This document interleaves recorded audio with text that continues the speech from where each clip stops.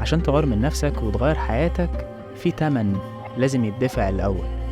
من غير التمن ده صدقني ما تحاولش، عمرك ما هتتغير، عمر حياتك ما هتتغير، هتفضل زي ما انت مهما حاولت. فهنا السؤال مش انت عاوز تغير من نفسك ولا لا، انت اكيد عاوز، ولكن السؤال هل انت مستعد تدفع التمن؟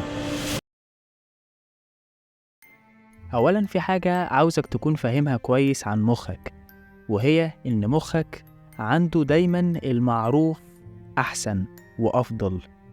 بالنسبة لمخك المعاناة المعروفة أحسن بكتير جدا من السعادة أو السلام الداخلي الغير معروف أو المجهول. يعني من الآخر بالنسبة لمخك اللي نعرفه أحسن من اللي ما نعرفوش.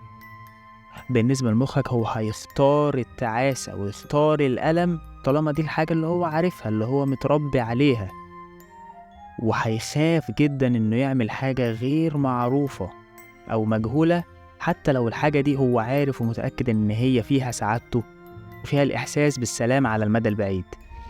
فبالتالي أنا عاوزك تستعد لأول حاجز، وهو عبارة عن الجزء الأول من التمن اللي أنت هتدفعه لو أنت فعلا بتقول إنك عاوز تغير من نفسك أو تغير حياتك. والحاجز الأول اللي أنت لازم تعدي بيه هو حاجز الخوف. مخك زي ما قلت لك هيخاف إنه يعمل حاجة بطريقة مختلفة. بالنسبة لمخك اللي أنت عارفه هو الصح، اللي أنت متعود عليه هو الصح. فلو حاولت تغير أي حاجة من اللي أنت متعود عليها، تعمل رد فعل بطريقة مختلفة، تعمل فعل مختلف، مخك هيقفلك ويقولك ثانية واحدة أنت بتعمل إيه. والحاجز ده هو اللي معظم الناس بتقف عنده ومبتكملش، بتقعد تقولك يا عم ده كلام تنمية بشرية وملوش لازمة والطبع بيغلب التطبع وكل الكلام ده.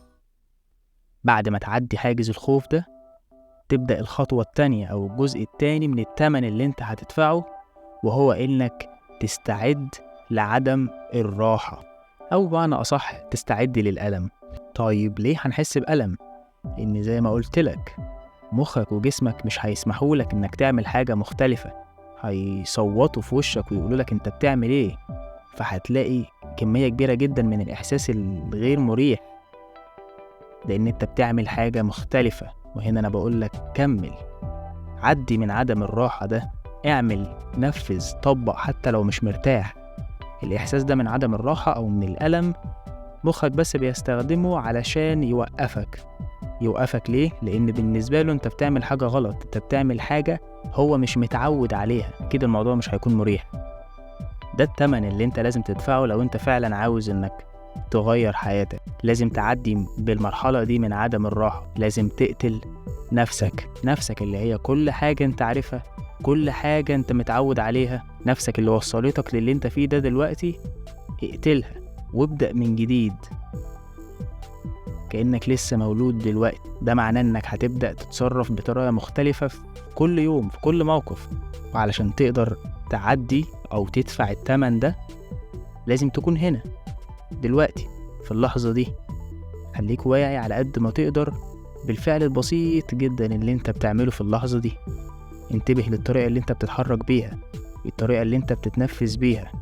وكل ما مخك يقولك خلي بالك احنا متعودين ان احنا في الموقف ده بنفكر بالطريقة دي، اسمعه واضحك وقول له لا، انا بفضل اللي احنا نعمل كده، واعمل الفعل الجديد او فكر بالطريقة الجديدة حتى وانت مش مرتاح. وهو ده السر.